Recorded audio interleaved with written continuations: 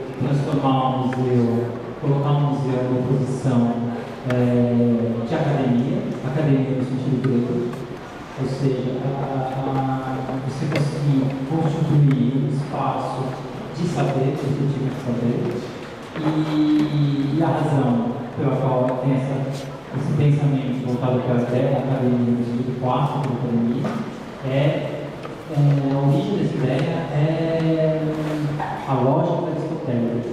É a ideia que existe, dentro da ordem lógica, existe o verdadeiro e o falso. E não existe nada entre o verdadeiro e o falso. E que, se você conseguir detectar e perceber qual é o problema, logicamente existe uma solução. Se você não conseguir formular o problema, é que possivelmente não tem uma solução. Então, para a gente, a Academia da Crise é um pouco funcionar dentro dessa perspectiva. Nós vamos conseguir formular de fato qual é o problema. Se nós conseguirmos formular qual é o problema, nós sabemos que estamos próximos de achar uma solução para esse problema. A grande questão dentro da lógica é se você não conseguir formular o problema, você já está sempre distante de qualquer solução ou essa solução não existe. Então, a Academia da Crise, ela se realiza, na verdade, em duas atividades que acontecem em paralelo, digamos assim. Atividade não é uma boa palavra, mas vamos lá. Primeiro, do que é composta a Academia da Crise? Ela é composta disso que está acontecendo aqui agora, deste momento, no qual a gente vai tentar formular o problema. E ao formular o problema, como eu disse, tentar vislumbrar uma solução.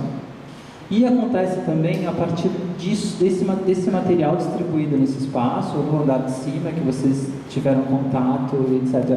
Não sei se alguém já falou para vocês o que é isso, o que são essas peças, e a relação delas, por que elas estão aqui, etc.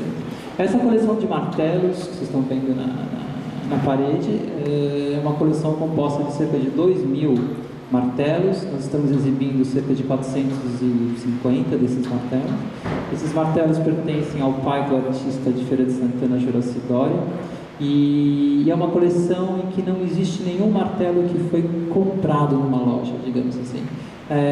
Mas são martelos que foram usados. Ele passou anos em contato com obras, trabalhadores ou etc., à procura do martelo.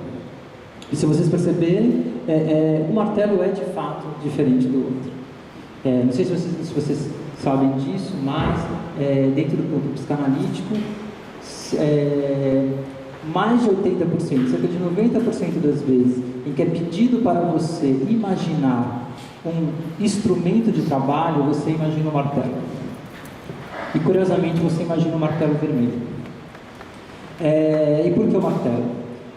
Primeiro a gente imaginou mostrar essa coleção aqui, porque primeiro é uma coleção belíssima, e segundo, porque para a gente funciona um pouco pela ideia desse objeto, desse instrumento que é o martelo, que é algo que você pode fazer dois tipos radicais de uso para o martelo. O primeiro uso radical do martelo é a construção. O segundo uso radical do martelo é a destruição. Então é um pouco no linear, como disse antes, da relação entre o problema e a solução. Outra coisa que a gente está mostrando aqui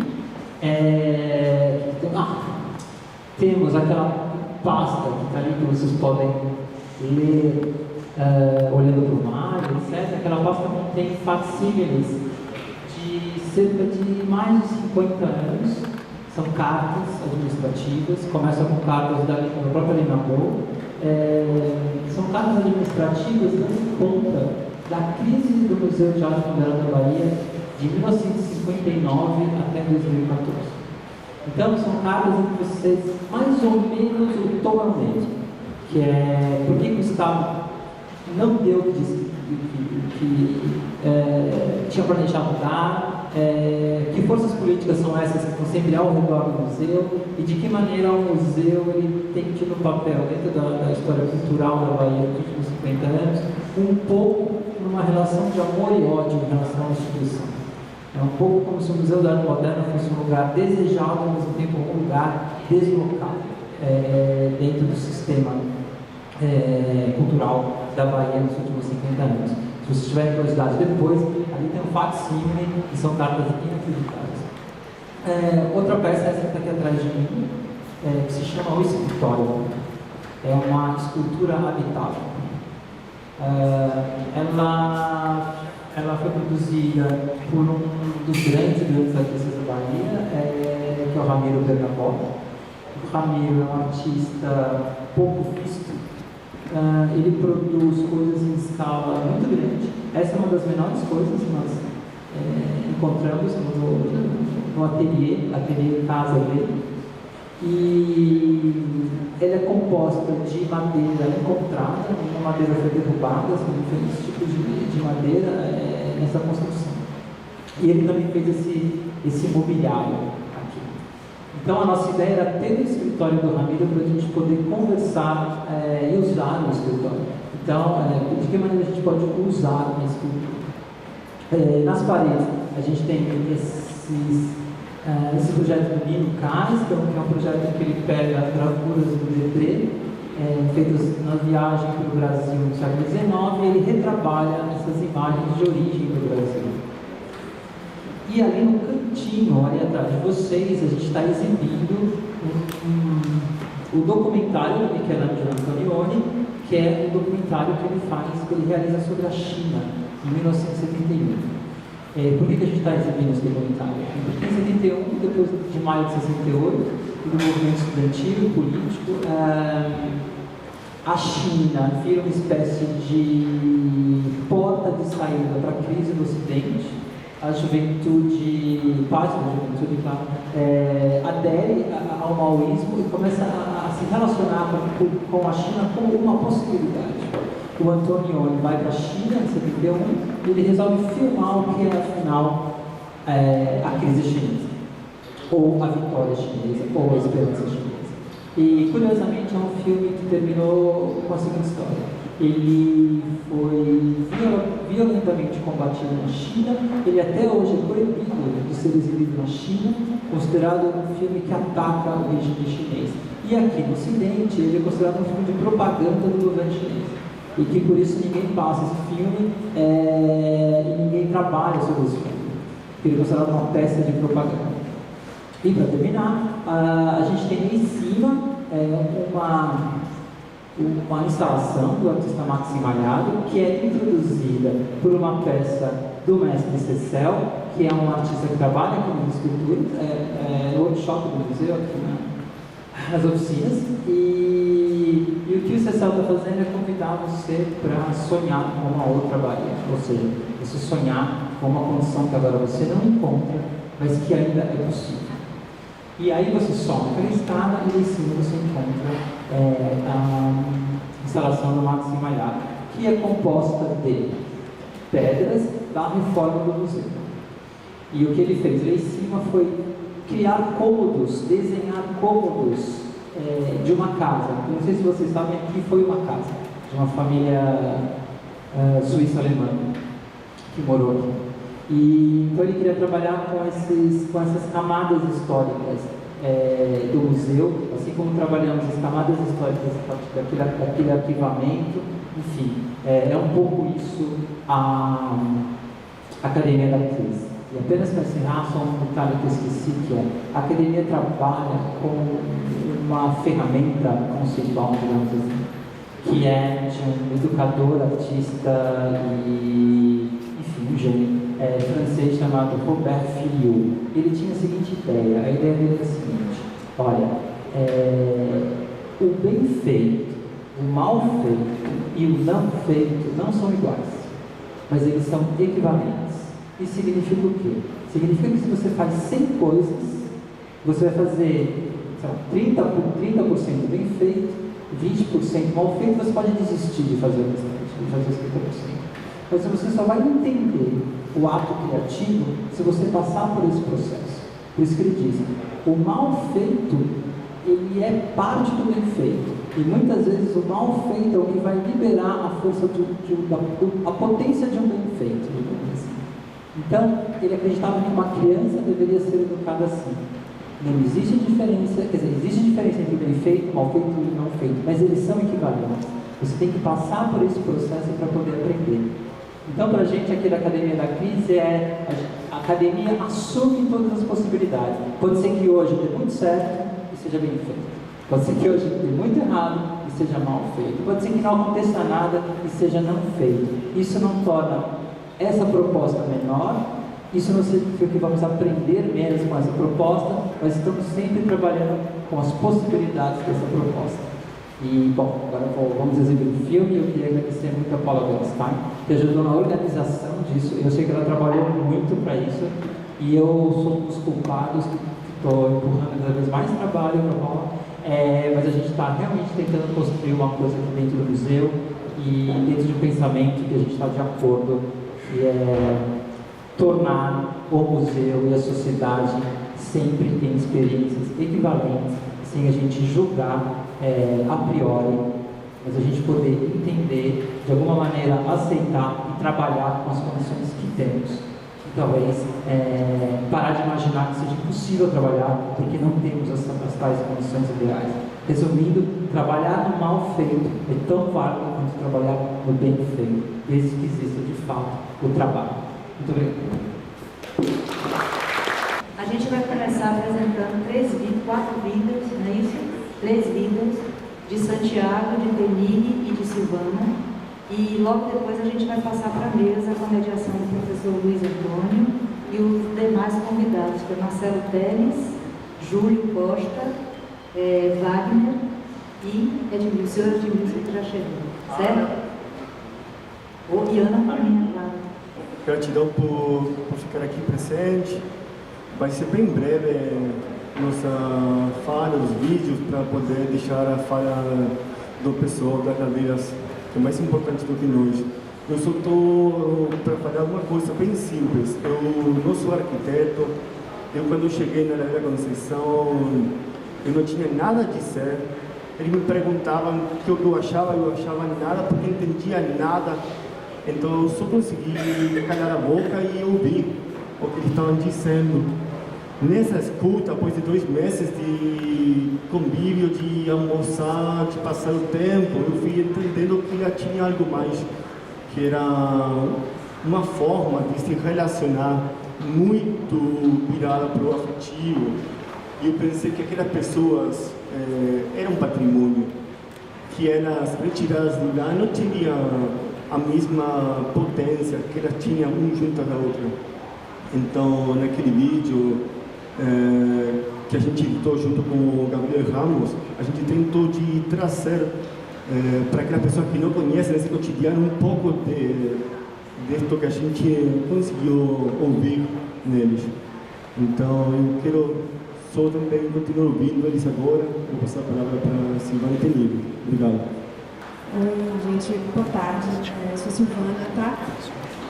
Só queria colocar aqui o terceiro vídeo, esse que a gente não pôde ver até o final, mas a gente viu até quase o finalzinho, né? Foi feito por Maia Manzi, que é também do programa de pós-graduação em arquitetura e urbanismo da UFBA, tá? Com imagens dos celulares dos moradores, né? Filmaram essa intervenção, essa ação da polícia, da Guarda Municipal, junto com o pessoal da SUPOM, que foi agora na semana passada, tá? Bom, esses vídeos são 3 momentos, né? Eu acho que isso é importante a gente ver, essa sequência. O vídeo de Santiago e Gabriel, ele foi feito finalizado em setembro, mas foi justamente no momento que o pessoal da Conceição foi notificado que eles teriam que sair em 72 horas, e aí, né, o pessoal conseguiu reverter isso, mas já ficou claro ali que tinha um interesse que aquelas pessoas saíssem da área, né? Depois, em maio, no período das chuvas, quando tem uma casa cai na preguiça e a prefeitura demole alguns imóveis, e depois, 3 dias depois, cai um muro de contenção na encosta da ladeira da montanha, e aí a prefeitura, junto com o IFAM, né, oportuniza isso E aí dizem que foi um deslizamento de grande escala, que não aconteceu, né? E aí saem demolindo vários, assim, uma sequência de imóveis na Ladeira da Montanha e também na Ladeira da Conceição, justamente os imóveis que sairiam nesse projeto que eles pretendem fazer ali, né? Então, esse vídeo, né, do meio, que na verdade o Tenille que fez mais, eu só colaborei mesmo, pega justamente esse pós dessas ações, essas demolições, né, feitas pela prefeitura, né, e os eventos que aconteceram depois, onde esse tema das demolições, eles foram discutidos, né, o seminário que teve na Faculdade de Arquitetura em julho, e depois um evento da abertura do Emeput, onde Juca Ferreira veio, e a gente aproveitou para justamente cobrar de Juca, né, uma ação, de fato, porque as denúncias, né, vêm sendo feitas desde o ano passado, né, e o MINC até agora não se posicionou ainda de forma muito clara em relação realmente ao que aconteceu, né. Então esse vídeo do meio, né, registra bem esse momento, e o vídeo de Maia, né, fala sobre justamente essa ação recente da SUCOM com a Guarda Municipal. E vocês veem, né, houve a construção de 2 muros na Ladeira da Preguiça, um muro no terreno de Toninho Cerezo, um muro com arame farpado que parecia mais um campo de concentração mesmo, e os moradores fizeram outro muro onde havia um muro anterior que justamente caiu nessas demolições em maio.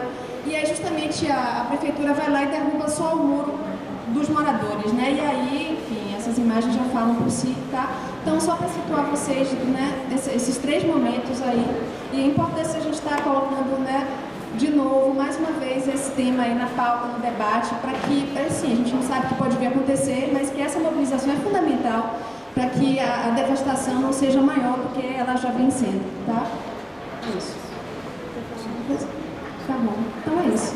Agradecer a Paola, o Man aqui, por estar dando essa oportunidade da gente realmente estar, mais uma vez, mobilizando pessoas, aumentando, né, as pessoas que estão, assim, tocadas por essa questão, né, enfim, é isso aí.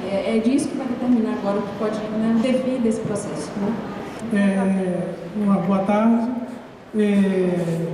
Creio que estamos todos participantes aqui dessa conversa devidamente sentados. Tudo bem, Val? Queria apenas lembrar a presença também da comunidade Solar do União, né, que está aqui representada. Eu sou o moderador, então não tenho direito a falar muito, mas pelo menos eu vou tentar dizer 2, 3 palavras rápido, porque estamos apertados no tempo.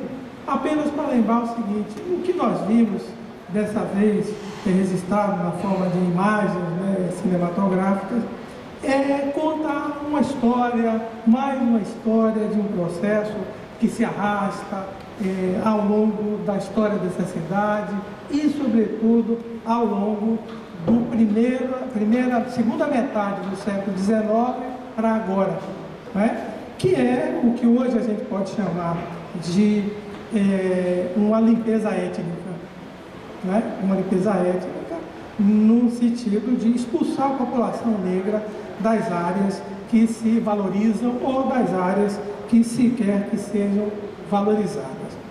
A Ladeiras, que é o chamamento para essa conversa, ela faz parte do universo da população negra, como faz parte becos e encruzilhadas, tudo está no mesmo bloco de considerações. As ladeiras, né, particularmente a ladeira até a Ladeira da Preguiça, já foi objeto de uma música do Gil, né, que ladeira é essa é a Ladeira da Preguiça, e é por aí. Ela não é de hoje, ela é desde quando se amarrava cachorro com linguiça. Muita gente não sabe que isso, amarrar cachorro com linguiça, é uma grande brincadeira, mas é bom lembrar que nós estamos vivendo, né, de forma muito acentuada, um processo de supressão das experiências cognitivas sobre a cidade. Eu vou me explicar rapidamente. Se chega a convidar uma empresa de São Paulo para fazer um plano sobre Salvador, isso é você procurar apagar, soterrar, fazer um projeto de desconhecimento do que as pessoas sabem da cidade, porque você está chamando pessoas de fora da cidade para falar, projetar, planejar e projetar sobre a cidade. Lembrar também que o que nós vimos com a derrubada do muro por aquela população faz também parte da história da cidade. Faz parte, inclusive, do que muitas vezes se chamou, existem até livros que tratam do assunto, que é negros contra a ordem. Né? E, de fato, somente a astúcia, a resistência, faz com que ainda exista esse contingente de população pobre, negra, no centro histórico de Salvador e que agora sofre desse novo processo de limpeza étnica. Lembrar também que não é somente a ladeira da Preguiça, mas a ladeira da Conceição da Praia, da Misericórdia, da Montanha, do Carmo, que é hoje denominada de Tabuão, do Pilar, da Água Brusca, de São Francisco de Paula, entre outras. Ou seja, é um processo que, de certa forma, pretende finalizar um ciclo de expulsão da população pobre e negra do centro de Salvador, do centro tradicional de Salvador, do centro histórico. Boa tarde, gente. Primeiro, assim, agradecer a oportunidade, agradecer a Santiago por ter convidado a Gamboa, que hoje não é mais uma ladeira, mas que, se a gente voltar na história, a Gamboa também já foi a ladeira Rua Barbosa Leal, que fazia ligação do Campo Grande com a beira-mar, onde tinha as descargas de material que vinha do mar, que antigamente todo mundo sabe que o transporte dos materiais era por mar, e a Gamboa era uma dessas áreas de atracadores, né? E hoje nós não somos mais ladeira, nós somos comunidade da Gamboa de Baixo, comunidade que é conhecida como comunidade marginalizada, mas que continua lutando para garantir a sua história e a sua permanência. E essa é a segunda vez que nós estamos aqui enquanto Gamboa. A primeira vez foi em 95, quando surge em Salvador o projeto chamado Revitalização da Avenida do Contorno, que na verdade era o projeto de expulsão das famílias da Água Suja, que era uma comunidade que ficava ao lado aqui do mar, que hoje está o Parque de Escultura, a comunidade de Soldaião, a qual minha companheira está aqui, e a minha comunidade, que é a Gamboa. Sônia Fontes da Condé, né, então presidente da Condé, em 95, conseguiu espaço do MAN para discutir o projeto, e nós viemos aqui pela primeira vez para conhecer o dito projeto e defender a nossa permanência no local de moradia. Gamboa, Soldaião e Água Suja, que infelizmente, com toda a luta das comunidades, não conseguimos garantir a permanência, e hoje só resiste Gamboa e Soldaião. Gente, assim, falar de ladeira é falar da importância de uma comunidade secular de pescadores, uma comunidade onde a minha avó morreu com 91 anos e nasceu naquela comunidade, e que a gente tinha toda uma relação com a cidade antes de 1960, que é quando é construída essa avenida que passa hoje por cima do MAN, por cima da Gamboa, que é a Avenida Lafayette Coutinho, conhecida como Avenida do Contorno. O que significou a construção dessa avenida para a cidade?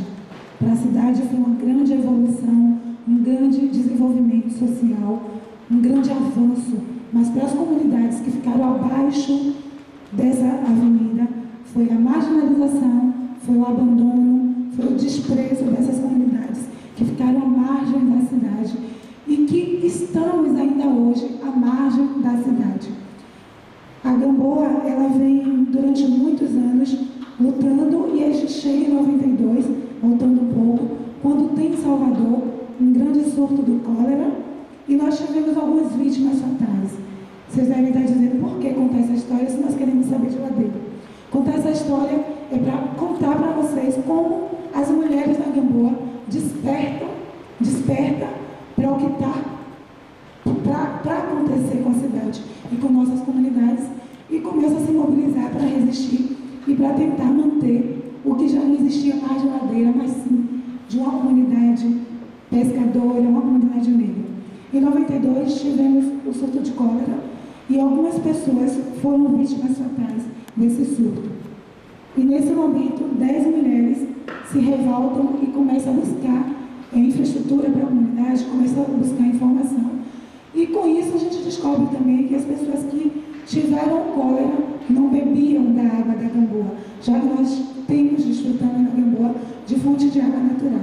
As pessoas que vieram falecer, felizmente ou infelizmente, bebiam água daqui do mundo, bebiam água do Forte de São Pedro e de outros cantos da cidade, porque preferiam pegar a vasilhinha de água porque achavam que a nossa água não era segura. E aí foi feito todo um teste e descobriu-se que as pessoas que vieram falecer não consumiam da água da comunidade. Isso é importante.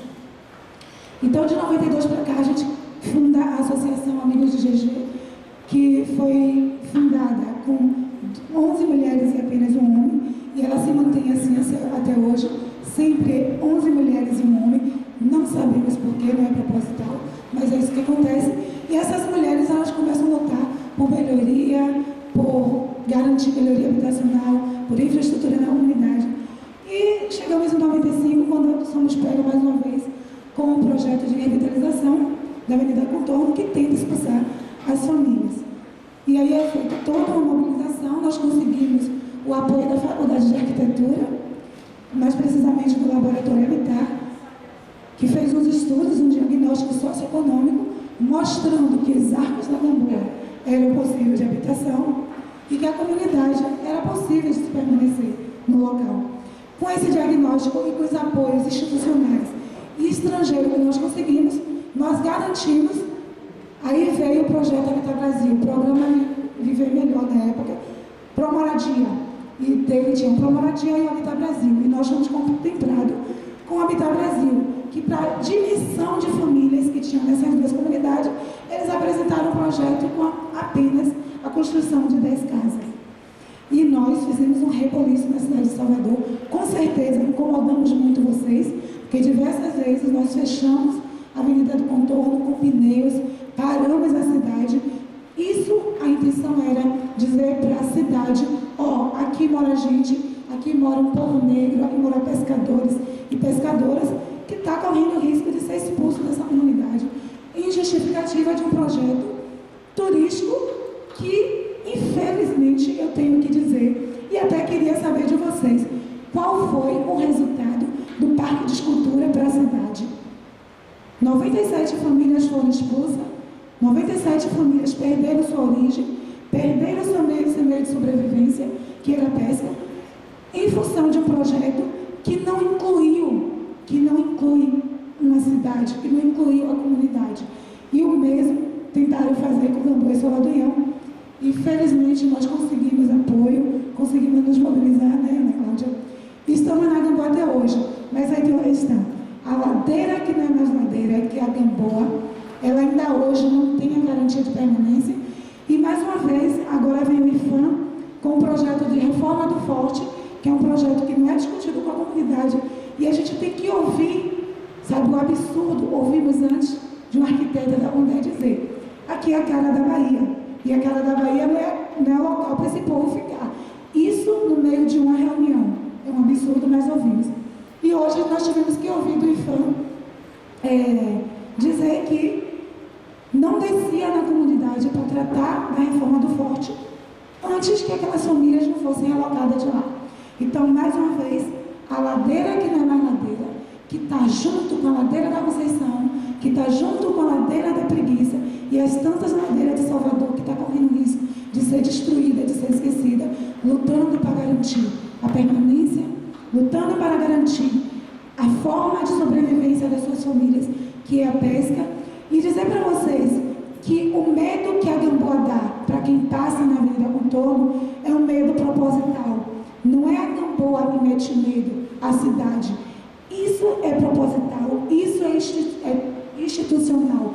O governo tem formas de melhorar a cara da Gamboa. E melhorar a cara da Gamboa não é expulsar as famílias que estão na Gamboa. É dar movimento àquela unidade, é dar vida àquela unidade, é dar infraestrutura, é dar saneamento básico, é dar aos moradores o seu título de posse das casas, é dar dignidade. E é isso que nós queremos, e é é isso que nós vamos ter. E estamos aqui, e essa oportunidade de Tarumã é para dizer a vocês: defendam as histórias dessa madeira, defendam os artífices da Conceição, porque foram eles que fizeram a história da marmoraria, dos ferreiros e de tantas outras formas de sobrevivência, como da pesca da gamboa, como do saladanhão. E destruir, excluir, não é evoluir, não é construir. E a nossa história, a história da gamboa, a história da ladeira da preguiça, a história da Conceição precisa ser mantida. E a violência que a gente viu nesse vídeo, a gamboa já sofreu também. Quando um juiz do Morada dos Cardeais se sentiu incomodado pela iniciativa de um morador que melhora a sua casa, que está na beira-mar, e ele diz que aquela casa está pondo risco aos moradores, e a polícia desce com a sucum e espancou o morador. Mas aí, na gamboa, meu povo, a coisa foi um pouco mais diferente, porque nós conseguimos, sabe, lutar contra aquela polícia que batia, e estávamos lá para morrer, mas para defender a casa que foi construída com suor, digno de um pescador, sabe, de uma família de pescador, que quer manter a sua casa, que quer manter a sua família no centro da cidade e na Gamboa de Baixo. E quando eu vi aqueles gritos que a gente considera grito de facção, ou no vídeo, eu percebi que na verdade é grito de resistência, é grito do povo negro que precisa se unir para garantir a sua história e a sua sobrevivência no local de moradia.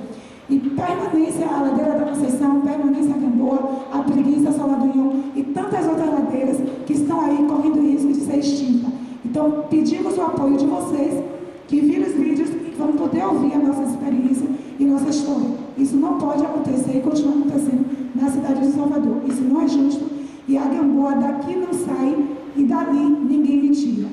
Bom, obrigado, Ana Cristina. Ana Cristina é líder comunitária, integra a Associação Amigos de Geja dos Moradores da Gamboa de Baixo e coordena a cooperativa de Axé Guia da Luz e faz parte do Movimento Sem Terra. Obrigado. O senhor Edmilson Rodrigues, artífice da ladeira da Conceição. Alô, eu sou Edmilson Rodrigues, tenho 64 anos, 50 de ladeira e mais 15 morando. Antes de falecer. Falar um pouco da ladeira, essa ladeira já existe desde antes de 1876, não, 1886, antes da abolição da escravatura. A ladeira não tinha a montanha, ela ia até o meio da Conceição, da praça do Pau da Bandeira, hoje conhecido, até a Conceição. Com a reforma, tornou-se ficou a ladeira da montanha. Essa ladeira dá um acesso à cidade alta, tanto a Conceição como a montanha, desde o tempo dos navios negreiros, né? E já existia nessa época uma ferraria, onde os escravos trabalhavam para se alforriar.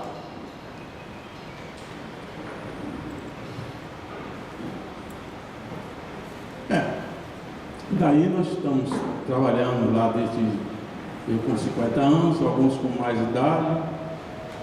Tem marmoraria, tem serralheria, tem ferreiro, tem serralheiro. Já existia muitas profissões antes, que foi extinta. E hoje nós estamos ali, resistindo. No dia 14 de junho de 2014, eu já queria ir muito longe. Chegou uma intimação nos dando 72 horas para abandonar o imóvel. Nós resistimos, estamos aqui até hoje, já se faz 1 ano e 3 meses, lutando para continuar no lugar onde tiramos sustento de toda a nossa família. Muito obrigado.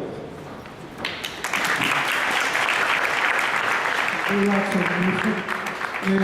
Júlio Costa, do senhor? Não, né? Marcelo Teles, também não. Então, Wagner Moreira, é um artista também, os dois são artistas. Coordenador de ideias, membro do Conselho Fiscal da Associação dos Advogados e Trabalhadores Rurais do Estado da Bahia, é advogado, é pesquisador vinculado ao Grupo Lugar Comum, e é o homem da linha de frente. Por favor, vá. Boa tarde a todas e todos. Gostaria de pedir a boa aos meus mais velhos, aos meus mais novos. Pedir licença, é uma árdua tarefa, justamente por ser homem numa linha de frente, onde a história de luta é feita basicamente por mulheres negras. Então é uma tarefa complicada e ainda só possível pelo machismo estruturalmente arraigado na nossa cultura. Talvez com exceção da ladeira da Conceição, onde Simone é a guerreirona lá à frente desse processo, é um dos poucos espaços onde o IDEAS, que é uma assessoria popular a qual eu faço parte, trabalha, em que a maioria é homem. A Gamboa é composta majoritariamente por mulheres, o Movimento Sem Teto da Bahia e uma série de outros espaços. Eu estou aqui hoje porque faço parte do IDEAS, Assessoria Popular, e a gente faz articulação, ou compõe um processo de facilitação da articulação em comunidades e movimentos do Centro Antigo de Salvador, que é composta por 5 comunidades e movimentos que faz mais ou menos um ano e pouquinho está aí trabalhando um processo de fortalecimento mútuo e conjunto para tentar entender e resistir a esse processo de gentrificação que está colocado para o Centro Antigo de Salvador. A articulação é composta pela Associação da Gamboa de Baixo, pelos artistas da Ladeira da Conceição, pela Marcha, Associação de Moradores da Chácara Santo Antônio, que fica logo na encosta, próximo ao Forte da Capoeira, lá no Santo Antônio Além do Carmo, pelo movimento Nosso Bairro é 2 de Julho e pelo Movimento Sem Teto da Bahia, que tem 5 ocupações em núcleo aqui no Centro Antigo de Salvador. Ou como a MSDB gosta, no Centro Histórico de Salvador, já que o debate do Centro Antigo é um debate mais novo e acadêmico. Esse debate e os vídeos que a gente viu hoje, não existe muita novidade, e eu queria retomar esse processo na fala da Cristiane, que é a mulher do Marcelo, que tenta lá impedir o espancamento, que é, Marcelo só apanhou porque era preto e pobre, porque nessa cidade quem manda, e ela faz isso aqui no vídeo. No vídeo a gente se depara com uma situação que é uma situação muito comum. O plano que está colocado para o Centro Antigo de Salvador, ele parece algo inusitado e separado. A gente, há um ano atrás, quando começa um processo de articulação, começa a perceber que existiam, nesse processo de gentrificação do Centro Antigo, alguns elementos em comum. A gente começa a perceber que o projeto que pretende fazer a interligação entre o MAN e o Forte São Paulo da Gamboa é um projeto capitaneado pelo Pacto Cidades Históricas através do IFAM. A gente percebe que na Ladeira da Preguiça, uma coluna que vai sustentar um teleférico e tirar da Preguiça o Beco da Califórnia, que é uma das partes mais populosas, dizia respeito a um teleférico capitaneado pelo Pacto Cidades Históricas através do IFAM. A gente percebe que investimentos que vão retirar a Chácara Santo Antônio já aparecia no vídeo de requalificação conduzido pelo DIRCAS, que é a diretoria do Centro Antigo de Salvador, vinculado à CONDE. A gente vai percebendo que todos os elementos de gentrificação que aparecem minando as comunidades no Centro Antigo estavam vinculados a um projeto de requalificação vinculado à esfera federal, uma proposta chamada, ou melhor, articulada pelo IFAM através do Pacto Cidades Históricas, capitaneou aí mais de 87 milhões para intervir no centro histórico, coisa que não acontecia há muito tempo. A gente começa a perceber que essa proposta, dentro da esfera estadual, ela está muito atrelada ao DIRCAS, né, através do plano de reabilitação do Centro Antigo, que ganhou uma amplitude um pouco maior quando o governador ainda, Rui Costa, vem para o centro lançar um programa chamado Novo Centro Antigo de Salvador. E a gente percebe que ele está colocado na esfera municipal através de uma série de pequenas propostas ou de ações conjuntas da prefeitura. Exemplo, quando a Ladeira da Conceição da Praia é citada para sair em 72 horas, embora a proposta fosse do IFAM, existia, segundo eles, um TAC que nunca foi apresentado, que previa que a prefeitura seria responsável por retirar aquelas famílias para que o IFAM pudesse fazer, né, a gentrificação ali na Ladeira da Conceição. Mas iam tirar aquelas pessoas para quê? Para colocar no lugar um projeto vinculado ali a artistas de grandes nomes locais que estão ali. era para construir residências artísticas. Na época foram sondados os nomes, isso não é dado oficial, porque o IFAM retira esse projeto do ar e a gente não consegue pegar tempo, que era para poder colocar residências artísticas para Bel Borba, para Tati Moreno, que são artistas, né, que influenciam na população local, na reforma das portas da Avenida 7 da Carlos Gomes, nas grades que são colocadas no cotidiano. Óbvio que não interferem de forma nenhuma no cotidiano do centro histórico. Estão ali para um projeto de Salvador para o turismo. E é essa a proposta de requalificação para o centro. A ladeira da Preguiça, nesse processo de chuva, vem a ruir, e as casas que vão ao chão são casas que foram compradas por Toninho Cerezo, por Guimarães. São casas que no estudo do IRCA são apontados dentro dos 1.600 imóveis vazios ou subutilizados, que na verdade não estão vazios ou subutilizados, mas que numa escala de compra e venda de imóveis que corre dentro do mercado de imóveis, ou dentro do mercado ou dos registros de imóveis, são dados como imóveis vazios.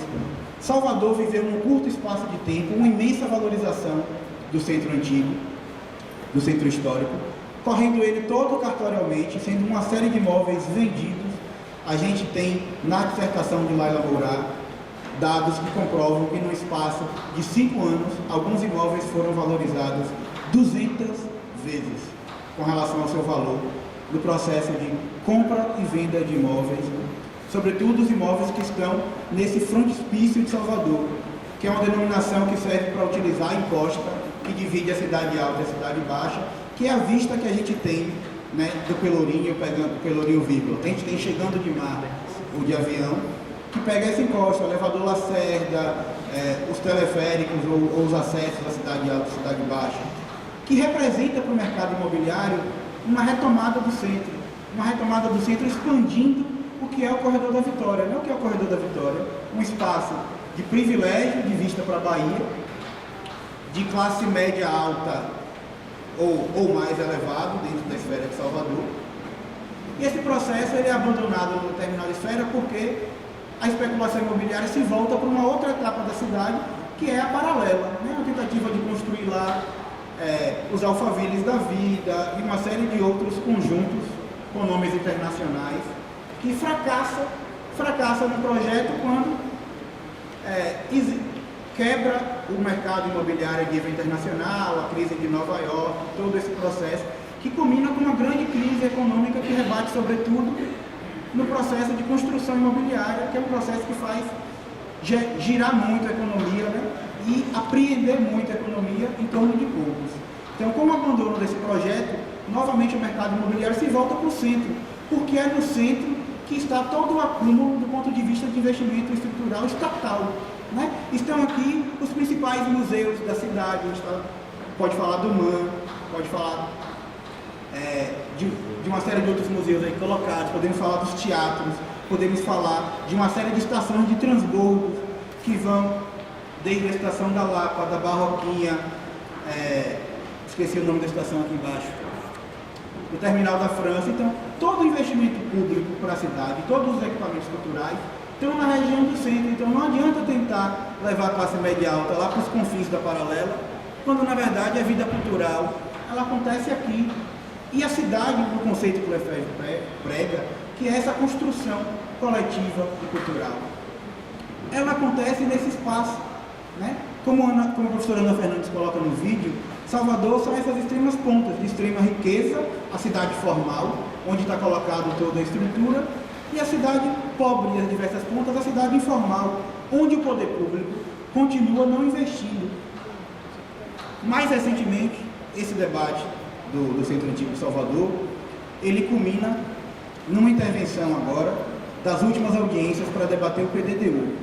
Wagner, e o que é que tem a ver o PDDU com tudo isso que a gente está vivendo na Ladeira, na Gamboa, na Marcha, nas ocupações do MSTB?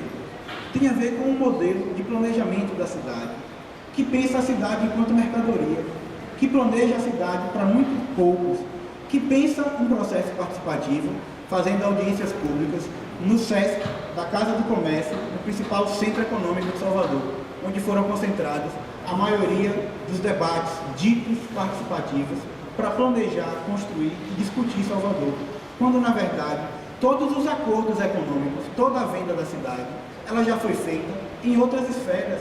A gente está discutindo o PDDU, quando na verdade, dentro do PDDU já está dada a construção da linha viva que vai cortar a cidade para desafogar as construções de alto padrão que foram construídas no litoral norte de Salvador, porque quem está morando lá trabalha na Tancredo Neves e não tem tempo para pegar o engarrafamento da paralela e do final do litoral norte. Para concluir, professor Luiz Antônio. Muito obrigado. Esse debate que a gente está fazendo hoje ele é muito importante. Todo esse debate de denúncia que a articulação das comunidades e movimentos do Centro Antigo de Salvador vem fazendo, ele não começa hoje. Foram feitos uma série de atos públicos que se iniciou em 8 de dezembro na festa de Nossa Senhora da Conceição da Praia, depois foram feitos atos no Carnaval de Salvador, no ato de entrega da chave ao Rei Momo. Fomos para lá mobilizar, porque a cidade não pode ser entregue ao Rei Momo, a cidade não é do Carnaval, não é da festa, não é mombista, é popular. Fomos lá impedir que a chave fosse entregue ao Rei Momo, foi interessantíssimo. Fizemos atividade no dia 18 de março, junto com uma marcha nacional do Periferia Ocupa Cidade, vinculada à Frente de Assistência Urbana, onde fizemos uma marcha com mais de 1000 pessoas no CAB, no Centro Antigo, para poder denunciar também na esfera estadual o que estava acontecendo. Fizemos uma série de outros atos depois daí, que culminou recentemente com a ida da articulação do centro a uma audiência pública em Brasília, na Comissão de Cultura, onde foi convidado uma pessoa do IFAM Nacional. Ele é diretor material do IFAM e foi para lá na condição de presidente substituto, substituindo a Jurema Machado, que é a presidente do IFAM, onde comprova o compromisso do poder público com esse debate. Depois de uma série de intervenções, depois de a gente já ter participado com debates com o ministro da Cultura, como foi mostrado no vídeo, com a presidenta nacional do IFAM, com o superintendente regional do IFAM na Bahia, com o superintendente do IPAT, que está aqui presente, João Carlos, obrigado pela presença. Isso comprova a facilidade, a continuidade do diálogo que o IPAT está mostrando nesse debate, que o IFAM não vem demonstrando, infelizmente.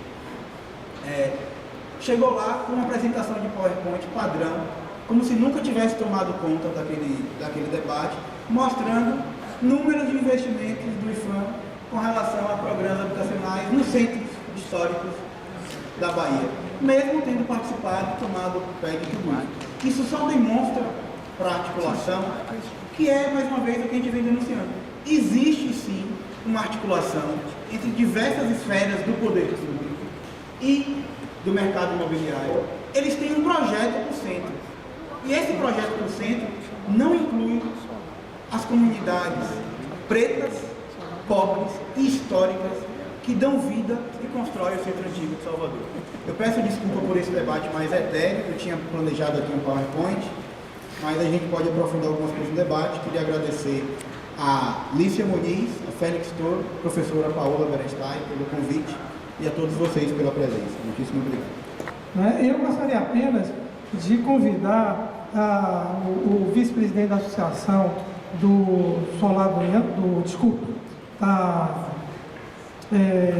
da comunidade Solar do União, para que ele também tivesse a oportunidade, fosse facultada a oportunidade de uma intervenção, já que faz parte do conjunto das comunidades das ladeiras e ex-ladeiras. Mas um dia ladeira nunca deixa de ser ladeira. Eu acho que o mesmo teve de ir embora, porque não tinha aula. Bom, então... Mas a comunidade Solar do União está bem representada aqui por Ana Cláudia. Então pronto, Ana Cláudia. A Regina. Por Regina, por Alex e por Júlia. Nós temos vários funcionários que Então moram a aí. gente pode passar a palavra para a Regina, né? E... Pode também. Bom, o tempo está avançando. Não, deixa eu falar. Eu sou representante. Eu deixo. Obrigada. Assim, eu estou aqui ouvindo, eu sou ex-moradora, eu me sinto moradora, porque eu amo a minha comunidade. Aonde eu cheguei, nasci, minha família ainda está aí. Eu e Ana, a gente é meio parente, porque o sobrinho dela é meu sobrinho, então é uma ligação. E assim, eu senti, eu quero que até alguém me responda, né? Por que que a comunidade do São Ladunhão não foi citada, não estava dentro do contexto? Olha, ela foi citada. Aqui, Bom. mas não no projeto em si. Mas veja assim, eu não estou moderando aqui as falas, eu não faço parte da organização, mas veja bem, todo mundo é ladeira, então todo mundo está envolvido. Se houve alguma falha, ela não é tão importante, até porque foi dada agora a oportunidade para uma manifestação. Não é? Eu acho que ela é importante. Não, eu não disse que não é importante, eu disse apenas que se houve uma falha, a gente supera a falha num processo de discussão política, e você tem a palavra para falar em nome dos moradores da comunidade.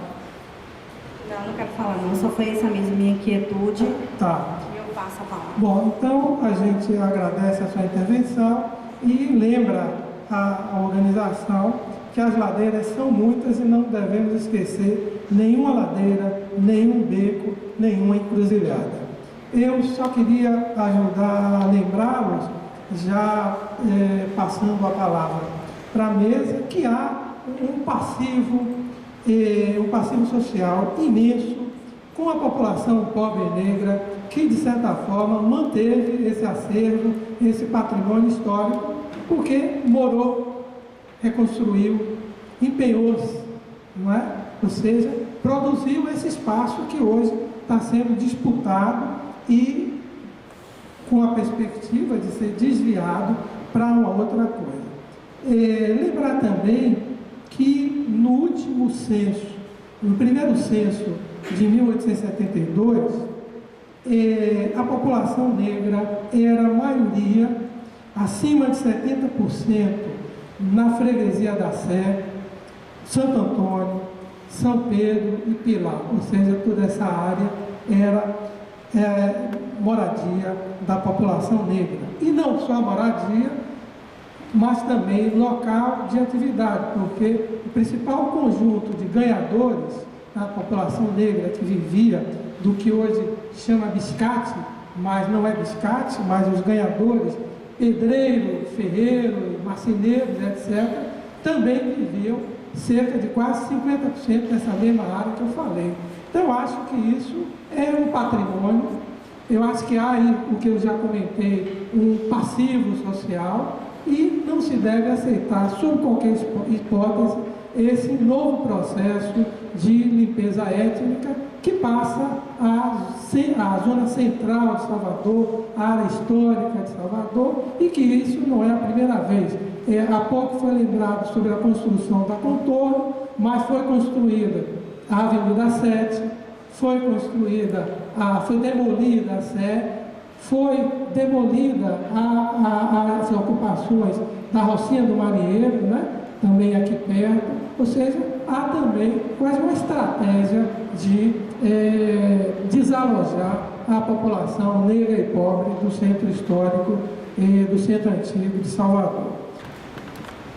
Só para quebrar o gelo, ainda que eu participo da articulação dos movimentos, a gente já fala muito, né? Então, reunião tras reunião, 4 vezes por semana, mas eu queria perguntar para eles responderem, né? Para quem ainda não escutou falar dessas questões. Eu estou interessado nas pessoas, não nos casarões, não nas casas. Estou interessado nas pessoas que habitam as casas naquelas comunidades. Então, aquelas pessoas que habitam lá, elas correm o risco o dia todo de ser expulsas. Caso a Ana Camila da Gamboa, o Edmilson, que eu conheço mais por perto, né, mais no cotidiano, eu conheço eles, eu sei que eles dois, a pergunta é para eles dois, então. Eles estão, além do seu trabalho, estão participando de reuniões, muitas vezes por semana. Eu queria entender que é o que leva uma pessoa a tomar a decisão de sair do cotidiano do trabalho para casa, para começar a se posicionar socialmente numa prática junto com outras comunidades. Pois é muito mais fácil esperar que alguém faça por nós, mas fazer nós é diferente. Eu queria ver eles dois. O Nilson conhece o Nânio, ele vem de outra experiência. Após o Nânio, ele está muito ativo. Eu queria entender como foi esse processo para a Ana e para o Nilson na pergunta. Tá. O que é que leva a gente a sair do cotidiano para mudar a vida e ficar... Primeiro, assim, gente, eu quero dizer para vocês que hoje estou com 42 anos. Eu comecei esse processo de reuniões intensas com 21 anos, quando começamos a ouvir na mídia falar sobre o projeto de revitalização da Avenida do Contorno.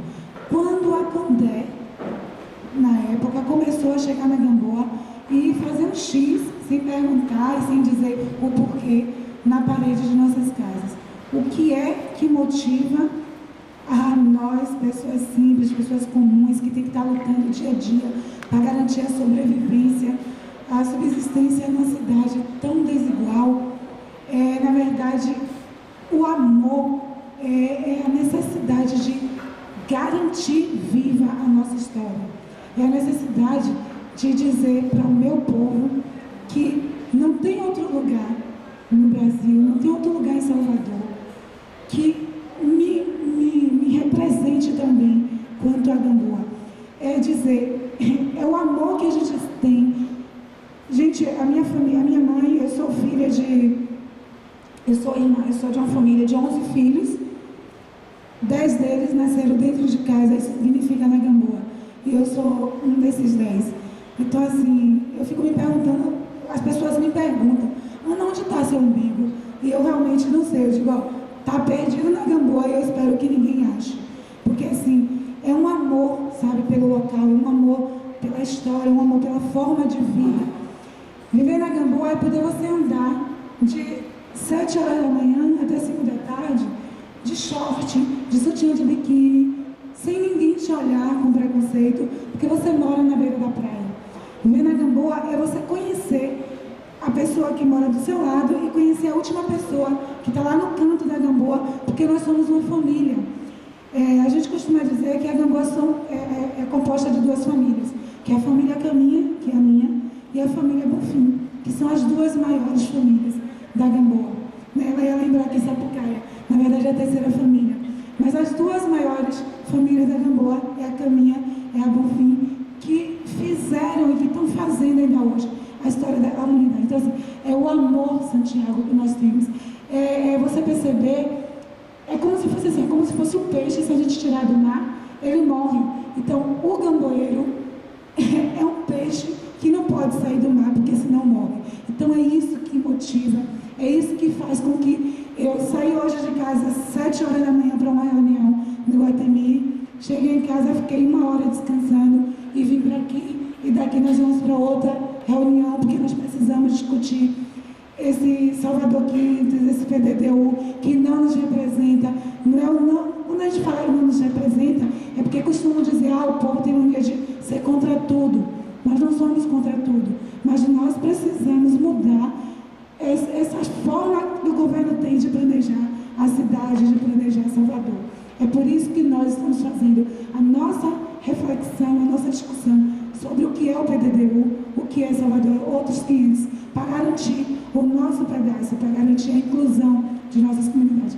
Então, Santiago, é isso que nos faz, sabe, ficar nesse dia a dia brigando e não esperar que faça, porque ninguém faz nada pela gente. Quem pode fazer, quem pode chamar a atenção do que é importante para a Gamboa são os gamboeiros. Vocês podem sim contribuir com a nossa luta, apoiando, sabe, chamando a atenção e defendendo as nossas propostas e defendendo a garantia, o que nós achamos de importante, que é a permanência.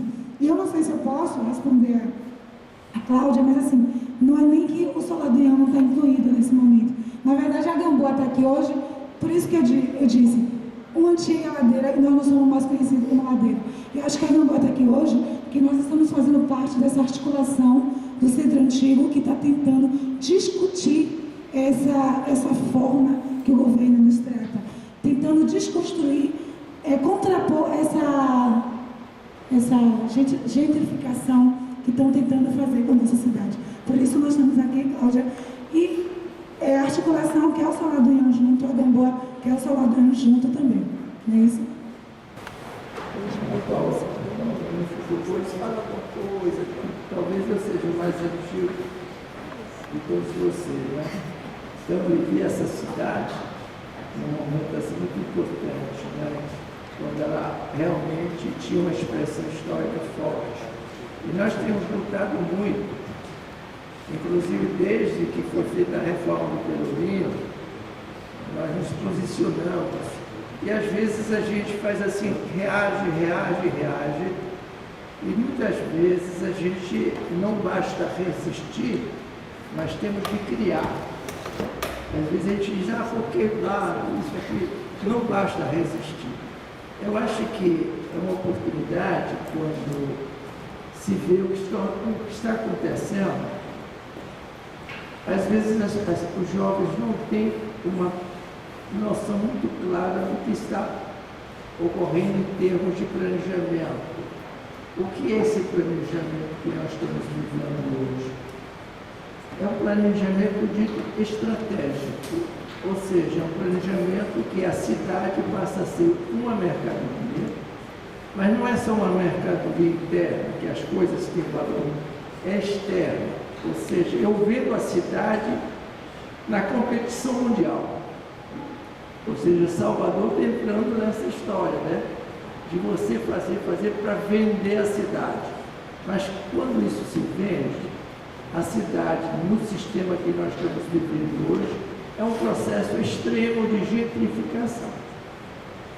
Então, às vezes, a pessoa não entende muito bem o que está ocorrendo. Mas a gente está vendo que há todo movimento. É verdade que há toda uma expansão da cidade, a cidade cresceu.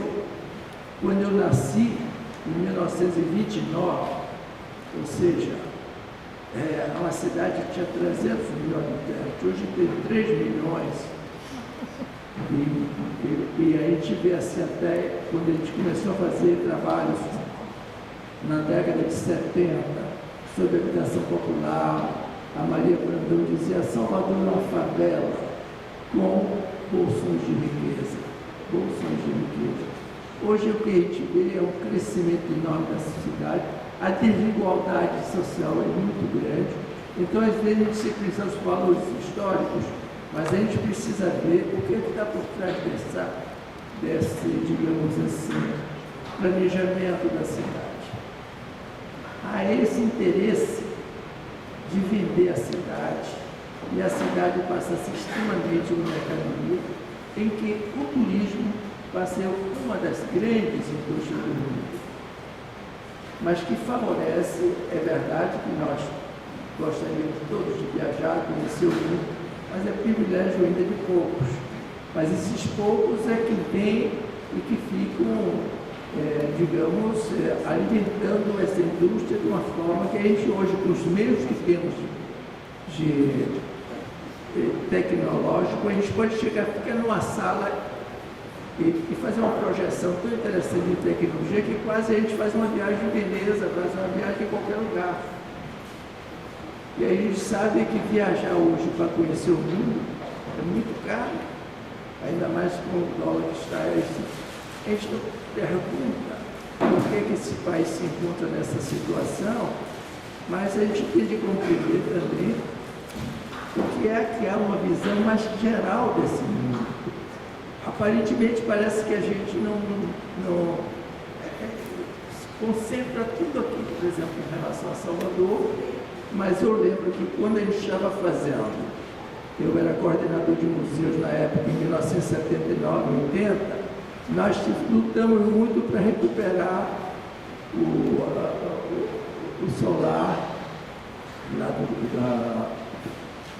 do Recôncavo, a residência lá do Recôncavo. E nós fizemos um projeto, mas o projeto foi um projeto de recuperação à memória daquele local, a relação entre a fabricação do açúcar, a senzala, etc. Fazer um estudo sobre, realmente de conhecimento dessa realidade histórica.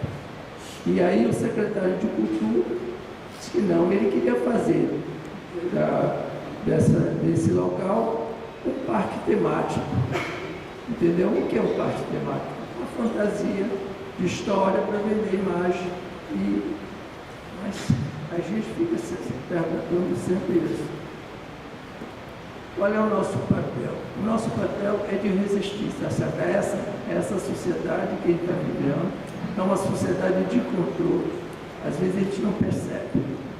Nós estamos hoje porque é uma sociedade que, com os meios e as tecnologias avançadas, nós estamos trabalhando e recebendo imagens no momento em quase na instantaneidade, e a gente não percebe que está sendo induzido a uma condição de o quê? De consumo, de extremo consumo, da preocupação de consumir, da preocupação do espetáculo. Então, toda a mídia, todo o momento contemporâneo está nessa questão, tudo vira mercadoria. É a saúde, é a educação, tudo. Então, às vezes, a gente não liga muito isso e fica sempre lutando, mas tem que lutar e tem que fazer propostas, tem que criar. Vamos dizer, tá bom, a ladeira da montanha, os arcos, tem umas pessoas que trabalhavam, vamos ver que ideias nós podemos fazer de dar continuidade a esse trabalho, mas em que maneira e favorecer, não é retirar para botar artistas, né, que são pessoas que vendem os quadros, porque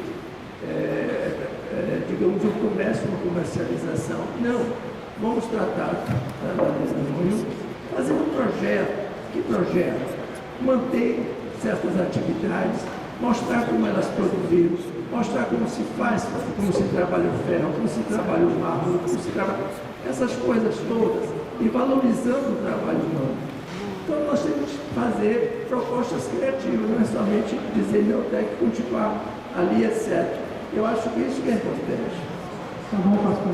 Não sei se, mas eu estou provocando assim um pouco, digamos assim, o que é que a gente faz ali, dar continuidade ao trabalho, mas as gerações que seguem, com essas tecnologias todas que estão lançando, eu acho que é importante mostrar a herança, o que ficou, o que pode ainda educar, o que a gente está perdendo. Isso, um grande pensador, arquiteto, dizia, nós estamos perdendo todas as qualidades sensoriais em função apenas de uma imagem da virtualidade. Está se perdendo o sentido de trabalhar o material. O material no sentido, todo mundo está somente digitando imagem, digitando imagens. É preciso ter também uma ciência de que existe uma realidade material, uma realidade sensorial. E nessa que a gente tem de ser criativo como artistas. É o nosso campo. Então eu acho que no centro histórico, por exemplo, eu vou dar um exemplo só para vocês. Tem 20 anos que como arquiteto eu projetei o palco do Pelourinho, o palco particular do Pelourinho. Tem 20 anos que se trabalha nisso, vem um governo, vem outro governo, vem não sei o quê, uma simples ideia, porque já se fez, se vocês verem, se faz o quê? Monta e desmonta palco. Antes de desmontar palco, para se fazer espetáculo no centro histórico. Esse palco, ele é um palco que fica dentro onde é aquele espaço do reggae, atualmente, que era o terreno baldio. Então se fez esse projeto em 1992, um projeto que era um palco móvel, um palco que fica dentro dessa casa com a fachada que não perturba, digamos, o conduto, inclusive com a criatividade mais contemporânea, porque esse negócio de reproduzir o que se fez há 2, 3 séculos atrás, não é fazer coisas novas de uma qualidade que marca uma época. Então, a gente fez esse palco, e ele seria um palco que está embutido dentro dessa casa, ele sai para a praça, você faz um espetáculo e depois recorre. Essa ideia tem 22 anos, a gente não consegue implantar. Custa quanto? 10 milhões? O que é 10 milhões? 12 milhões numa cidade? Primeiro, na parte afetiva, Se você tem um povo que trabalha no local, com o passar dos anos, você torna-se uma família. Então, se você dispersa esse pessoal, você perde a classe efetiva, perde o amor, morre a tradição. E ali não só coisas materiais, mas o amor pelo outro. Segundo, a arte do terreiro é uma arte que não tem máquina que substitua. É trabalho manual, artesanal. O escravejamento, aquelas peças viradas no fogo, é o trabalho artesanal, não é um trabalho que uma máquina possa substituir.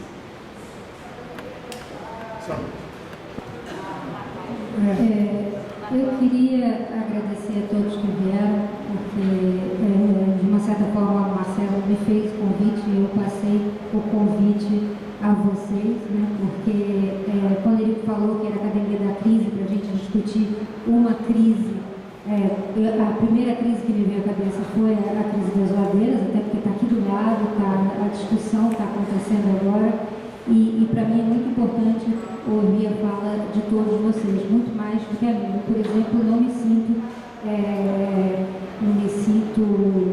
muito bem como dizer, não me sinto muito à vontade de falar das Ladeiras de Salvador. Vocês viram que é uma questão histórica, por isso que eu falei para o Pasqualino falar. Eu estou aqui já há muitos anos, mas não o suficiente para entender esse processo que é antigo.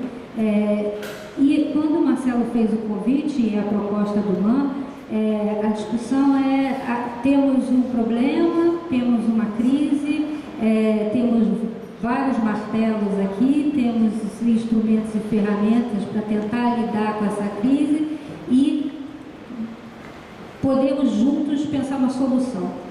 Quando ele falou isso, a ideia de solução me incomoda um pouco. Eu pensei, não, eu acho que a gente pode buscar juntos uma problematização, tentar entender melhor qual é a questão. Foi o que ele falou aqui no início, tentar entender melhor qual que é o problema.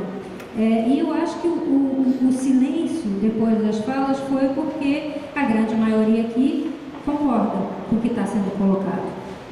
E eu acho que a grande maioria da população de Salvador concorda com o que está sendo colocado. Quer dizer, é um absurdo expulsar essas pessoas desse espaço central na cidade. E aí a questão que fica o que nós podemos fazer com relação a isso.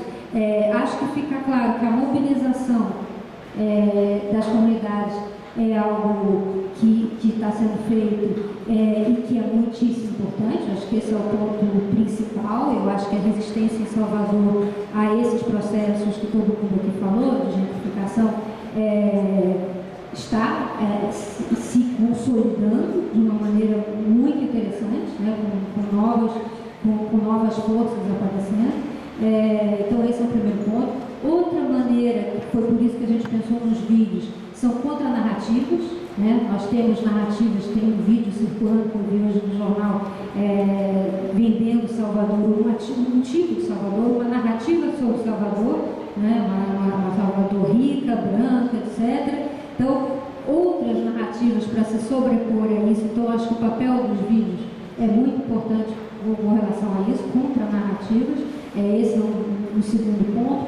Mas, será que isso é suficiente? Né? Será que...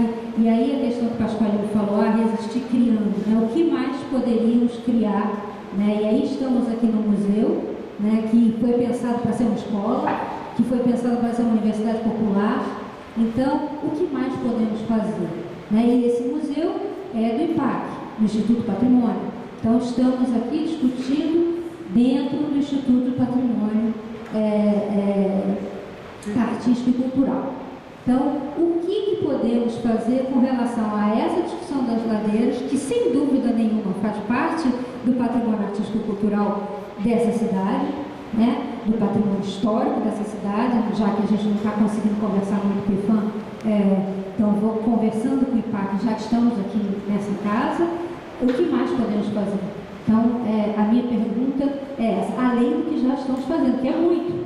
Né? O que vocês estão fazendo com a articulação das comunidades é enorme. Eu sei, o Santiago está perguntando a questão das reuniões, não dá para acompanhar todas as reuniões que estão acontecendo, vocês vão sair daqui para outra.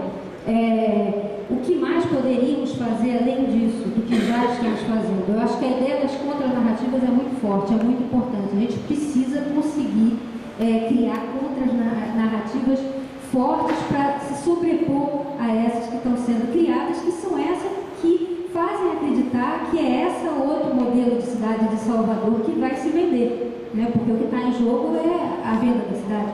Mas até essa que quer se vender, ela se sustenta? Não, ela não se sustenta. A gente sabe o que aconteceu com o Pelourinho. Não se sustentou. Então, bom, é uma pergunta, não vou responder. Meu nome é Leandro, está ouvindo? Tem uma questão que eu gostaria de trazer e colocar, que já ouvi em outras oportunidades, isso é retomado aqui nesse debate, é quando tenta se colocar uma lógica que Salvador está dividida em extremos, né? Você tem um extremo da exclusão e você tem um extremo daqueles que se dão bem, que me parece que estariam associados a uma loja do capital internacional também, que está próprio envolvido com o turismo. Mas eu penso que a gente não pode perder de vista que há um meio aí, que é esse meio, do meu entendimento, que é justamente contribui para operacionalizar essas ações na cidade.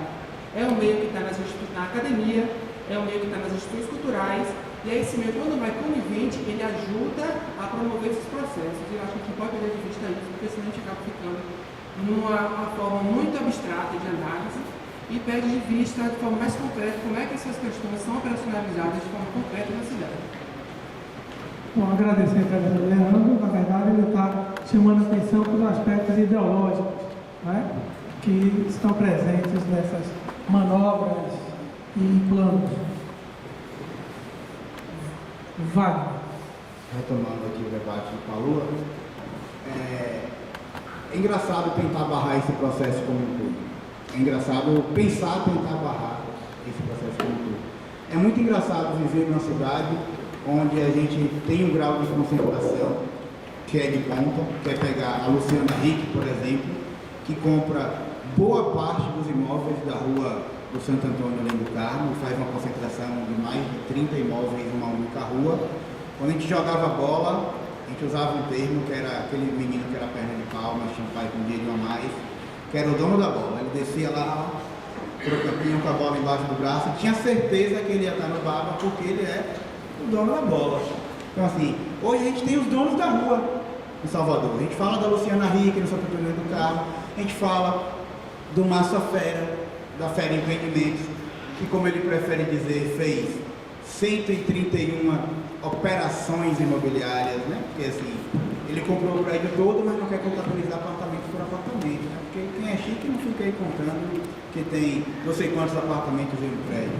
Mas ele praticamente virou dono da Rua Chile e de boa parte do entorno. A gente pode falar do Toninho Cerezo, ex-treinador da Seleção Brasileira, junto com o Guimarães, que teoricamente é dono de boa parte da preguiça. Teoricamente por quê? Porque é dono no papel, no cartarejo de imóveis. Na prática, essas casas estão ocupadas, né? E estão sendo dados uso por outras pessoas. Então, como é que isso se opera? Quem são os meios dessa relação? Como é que a arquitetura e o urbanismo podem auxiliar nesse processo? Porque quando o Massa Fera, a primeira coisa, quando ele vem para o jornal à tarde e anuncia as suas 131 operações imobiliárias, a primeira coisa que ele faz é lançar projetos, né, ou pelo menos projetos de fachadas, para boa parte desses imóveis que estão aí vazios e nas ladeiras. Então, entendendo essa lógica de cidade, né? Salvador, o vídeo que o Paula falou, é o Salvador Destination, ou Destino Salvador. É um vídeo publicitário que a Prefeitura de Salvador está lançando para tentar continuar nessa lógica, que é a lógica das cidades mundiais, das capitais mundiais, que é uma tentativa de disputar com outras cidades a atração de investimentos públicos ou a atração de grandes eventos, como Copa do Mundo, Olimpíadas, né? Salvador, durante a Copa, foi cidade sede da Copa, porque trouxe para cá alguns jogos. Durante esse processo de trazer para cá alguns jogos, toda a população de rua foi retirada do centro. A gente vive toda uma parafernália que que é vendida junto com esse pacote, que é um raio de 2 quilômetros no entorno da Fonte Nova, do qual a população perde o direito de uso a essa parte da cidade, que é protegida com forte aparato policial, que é vendido lá por Israel, esse modelo de segurança pública, que vende desde a armadura dos Robocops, dos policiais, as armaduras de cavalo e cachorro, para poder fazer esse modelo de segurança pública. Modelo de segurança pública com público internacional, que além de vir para cá ver os jogos, vem para cá e fala como Salvador é bonita, e vê um bocado de placa espalhada pelo centro antigo de Salvador, escrito vende-se, vende-se, vende-se, e assim os preços dos imóveis no centro antigo de Salvador começam a subir vertiginosamente, não porque pessoas vêm morar, mas porque imóveis que teoricamente estão vazios ou subutilizados começam a ser negociados dentro de uma lógica de especulação imobiliária que não favorece em nada as populações locais. Então, como parar isso? Isso é muito complicado, porque assim, nessa lógica de como barrar, dá para dizer que dá para barrar projetos privados, como o projeto que foi colocado para o projeto de urbanização de bairro Santa Teresa. E daí vem todo o movimento chamado Esse Bairro Não é Santa Teresa, nosso bairro é 2 de Julho, consegue barrar esse projeto do ponto de vista da iniciativa privada, mas quando o poder público toma para si esse projeto e lança 3 decretos de desapropriação, inclusive projetos sobrepostos estaduais e municipais, como é que você barra o poder público, né, que tem na mão a ferramenta da desapropriação, onde não se pode questionar? Então, assim, como dialogar um poder público que está sendo eleito pelo mercado imobiliário, já que a OAS e a Odebrecht financia todos os partidos políticos que estão concorrendo ao município, né? E aí queria deixar de dica um pequeno vídeo que é um curta promovido pelo MTST, que é o Movimento dos Trabalhadores Sem Teto, que é Quem Manda na Cidade em que Você Vive, que vai mostrar justamente isso. Ó, a gente está num modelo político que quem financia as campanhas são, hoje, na realidade, grossamente, as empreiteiras. Alguns desses partidos financiados vão ganhar e vão seguir essa mesma lógica. A lógica que está colocada para o centro histórico de Salvador, para o centro antigo de Salvador, não é diferente da lógica que está colocada para o centro histórico do Rio de Janeiro. O Porto Maravilha está lá para mostrar isso. Não é diferente do que está colocado para o centro histórico de Recife. Vídeo que a gente está vendo sendo denunciado pelo Ocupa Estelita ou pelo Direitos Urbanos lá em Recife. Não é diferente do que está acontecendo em Fortaleza, onde estão tentando erguer um aquário monumental no centro de Fortaleza. Esse aquário serve para quem? Né? É para a educação cultural da população lá de Fortaleza? É a mesma lógica que está sendo colocada internacionalmente. E o mais difícil é isso, é tentar barrar uma lógica, que é uma lógica de concentração de riqueza, uma lógica de venda da cidade, que ela não está só no local, ela está no local, está nos governos, nas 3 esferas, e está numa lógica internacional.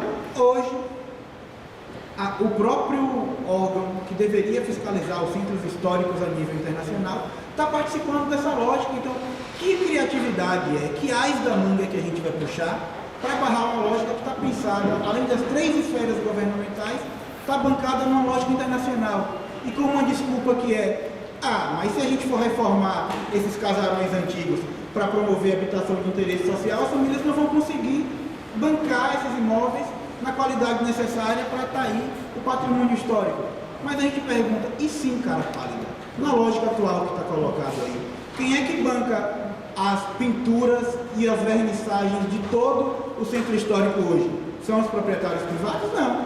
Quem está bancando hoje toda essa mão de cal que é dado todo anualmente é o DIRCAS, é poder público, sai do nosso bolso. Esse discurso não contempla.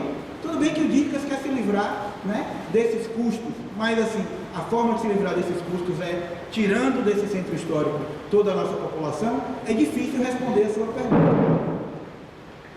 É difícil responder a sua pergunta nessa lógica assim, que criatividade é possível para bancar esse processo de resistência?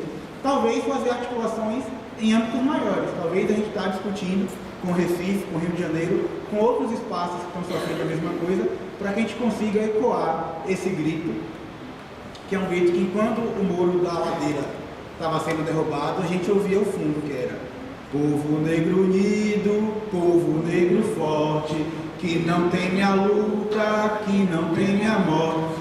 Não aparece no vídeo, mas me arrepia, porque derrubavam o muro na pedrada e na madeirada com esse coro ao fundo, que é um coro que precisa ecoar mais alto, né? Eu acho que eu já falei demais. Obrigado. Boa tarde, sou Eduardo, né, faço parte lá da UFPA, do Laboratório Urbano. E eu estou pensando aqui, desde a fala de Pasqualino, eu acho que Paola reforça também, o Wagner agora fez a provocação também, nessa coisa da criatividade, do resistir e criar junto. Porque eu sei que essa força, essa pressão internacional, esse movimento, é muito além do que a gente pode abarcar. Do que as nossas forças individuais ou de comunitárias dentro dessas regiões a gente pode abarcar. Mas o trabalho que vocês fazem resistindo, vocês têm consciência que estão nesses lugares ainda porque resistir, porque lutar, porque é essa presença física de vocês que faz com que a história não seja mudada como eles querem. Então existe um certo potência do corpo da individualidade que se afirma nesse mundo aí grande, e a história de vocês conta isso. Então eu acho que essas contranarrativas, o Paulo usou esse nome aí, elas são micro mesmo, elas têm essa força no micro. Eu fico me perguntando, por exemplo, você que disse que sua família e outra são a base de todo o Gamboa, da onde surgiu todo o Gamboa, então vocês têm uma história aí de vida que ela é muito rica e ela precisa ganhar força cada vez mais. Ela precisa aparecer enquanto contranarrativa. Porque esses discursos que vêm com toda a força aí do internacional, com a potência do dinheiro internacional, eles vêm também com o discurso da história. Eles vão atrás dos nomes específicos da história de Salvador e jogam lá. E se reforçam com isso. E a força que vocês podem ter, claro, que é uma força micro, mas eu acho que essa ideia da criatividade junto com a resistência, ela só faz potencializar esse ambiente de resistência que vocês já têm na história de vocês. Então são micro criatividades. A gente não pode perder a nossa potência da nossa criatividade olhando para a força contra que vem imensa, o elefante contra a formiga. Essa formiga ela tem que ser criativa contra o elefante, sempre. E resistir já é criar. Mas é um toque da criatividade. Eu entendo plenamente, assim, eu aplaudo o Pasqualino quando ele coloca esse lugar, além da resistência à criatividade, porque eu acho que torna a resistência um lugar de luta, mas para além disso também, um lugar que seja um lugar de afirmação, um lugar lúdico também, um lugar de autoconhecimento, de explanação do que vocês são dentro da história dessa cidade. Revitalizar contorno. A história de vocês nunca vai aparecer num projeto da Prefeitura, do Estado, do Governo Federal com relação a contorno. Mas vocês têm história para contar sobre a contorno. Faça aparecer isso. Tente, e é isso. Só vem de fora quando a força acontece, como, por exemplo, Santiago, Silvana, Penil, entraram em contato com vocês por causa que foi um momento de crise, que a coisa estava lá, o Estado já estava lá. Vocês têm como criar isso que eles criaram a partir do cotidiano de vocês, sem precisar ser exatamente esse lugar do embate. Eu acho que se não tivesse havido um embate, como aconteceu, os meninos não teriam chegado até vocês. Mas vocês, a vida de vocês pode ser contar essas histórias, sem precisar ser nesses momentos de história. Na verdade, assim, a nossa resistência e criatividade está junto. Tanto está junto que foi justamente isso que fez com que enxergasse a gente. Eu não sei se alguns de vocês já ouviram falar no Muda Gamboa. O Muda Gamboa foi um movimento que surge na Gamboa muito por essa necessidade, pela essa percepção de que precisava criar algo novo, porque após o projeto de urbanização parcial que teve das duas comunidades, parece que mais uma vez teve aquela tentativa de, fizemos uma melhoriazinha básica nas casas, nas ruas, vamos deixar lá que eles por si vão se autodestruir e daqui a alguns anos a gente vem novamente com a justificativa de que é uma comunidade, sabe, sem infraestrutura que precisa sair dali. E percebendo isso, a gente está sempre criando, a gente está sempre projetando coisas novas, primeiro para mostrar que estamos na Gamboa, que estamos no São Adrião, e segundo, para manter viva essa chama de resistência, para mostrar a nossa cultura, a cultura da pesca, a cultura da música, a cultura da capoeira. Nós estamos sim, professora, criando, mas assim, Vocês sabem, como você mesmo disse, que uma comunidade só, ela por si só, ela não consegue botar suas ideias, sua criatividade para fora se não contar com o apoio de vocês e de outros parceiros. Então, assim, professora, além desse momento que foi criado, que foi nos oportunizado, a faculdade ela pode fazer muito mais. A faculdade ela precisa professoras como a senhora, que tem compromisso com a questão social, com o povo, precisa estar formando alunos, mostrando para ele a realidade da cidade, as duas realidades. E a forma de mostrar essa realidade é levar esses alunos na comunidade, mas não como eles fazem hoje. Visitam porque precisam fazer seu trabalho final de tese, tudo mais, sem um compromisso. Precisa ser um trabalho sério, porque nós temos a resistência, mas nós não temos ainda. E hoje as comunidades estão conseguindo. Hoje nós temos professores formados na Gamboa, nós temos advogados, nós temos doutores saindo da Gamboa, coisa que há 15, 20 anos atrás a gente não tinha e talvez na cabeça dos adolescentes da Gamboa nem pensava a possibilidade de ingressar na universidade. Então, isso tudo veio com essa resistência, veio a percepção de que precisava ir além. Então, assim, vocês têm muito para dar para a gente.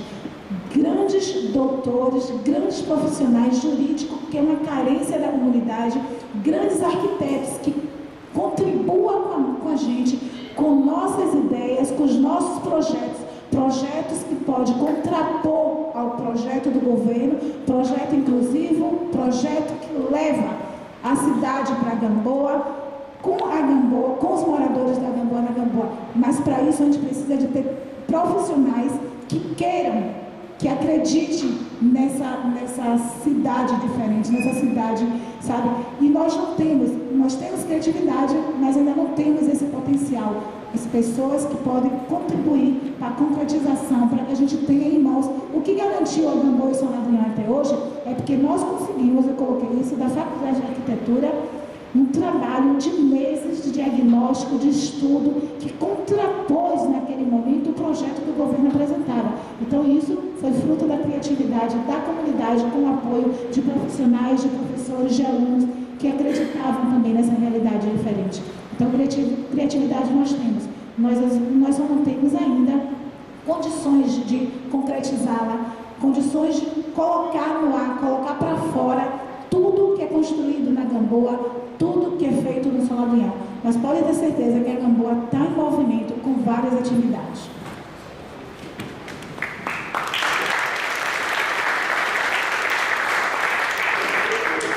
Só complementando um pouco da fala de Ana com relação à importância da universidade nesses contradiscursos, né? Quando a prefeitura, se aproveitando do processo dos desmoronamentos de chuva, que inclusive vitimou uma pessoa, uma na ladeira da Preguiça e outra na ladeira da Montanha, num momento em que quase 30 pessoas morreram por deslizamentos ou desabamentos em Salvador, a prefeitura simplesmente chegava com pareceres esdrúxulos do ponto de vista de condenar as unidades habitacionais e notificar as pessoas para se retirarem em regime de urgência, para que saíssem em processo de 72 horas. Hoje, através de uma parceria junto com o grupo de geotecnia, que está à frente do professor Luiz Edmundo, ou Luizão, lá da Faculdade Politécnica, a gente conseguiu contralaudos para poder contrapor os laudos da prefeitura, em que quase todos apontam a negativa da afirmativa que a prefeitura faz, ou seja, precisa derrubar essa casa? Não precisa derrubar essa casa toda, precisa colocar esse muro aqui no meio do muro, porque isso impede, elimina o risco para que outras 3 casas embaixo já não sofram risco. Então, esse tipo de contradiscurso, de facilitação é importantíssimo para que as comunidades tenham contra-argumentos para poder... Fica muito na mão do poder público quando ele chega lá com um documento e diz, com base nesse documento você tem que... a comunidade pega aquele documento, olha para ele, não sabe ler, não sabe a quem recorrer e fica numa lógica muito perversa. Hoje a gente pode dizer, com relação às 3 ladeiras, que a gente tem laudos mais bem preparados e sobre a totalidade, melhor do que o que a prefeitura tem. Então hoje eu quero ver o que a prefeitura vai alegar, porque a gente levantou, além de todas as casas que a prefeitura notificou, outras que a gente entendeu que talvez ela pudesse alegar risco, e a gente tem laudos dizendo justamente o contrário do que a prefeitura alega, mas discutir isso numa esfera judicial ainda é uma lógica muito complicada para as comunidades. Como acontece comunidades articuladas com o passar do tempo? Porque é muito fácil o governo, como o Wagner mesmo trouxe, o governo trazer essa força contra essa articulação e a comunidade, de certa forma, acreditar que a luta delas é em vão, porque o governo vai trazer um discurso de que eles estão errados. Muitas vezes eles não têm a quem recorrer. E como manter essas comunidades articuladas com o passar do tempo e manter essa força que elas estão tendo hoje, nesse momento? Rapidinho, é só porque, para pensar junto, tá? Não tenho certeza de nada, não tenho solução de nada. Eu só fico problematizando um pouquinho mais a questão, porque eu entendo a resistência direta, que foi a resposta contra o discurso, a contra-narrativa, mas eu acho que é uma coisa que vai além disso, que seria algo como um contra-imaginário, né? É o imaginário global de que a boa e interessante cidade é aquela daquele vídeo, né? Isso é uma produção de subjetividade. Se produz um desejo, né, de publicidade, marketing, que aquela é a cidade que nós devemos desejar ou querer.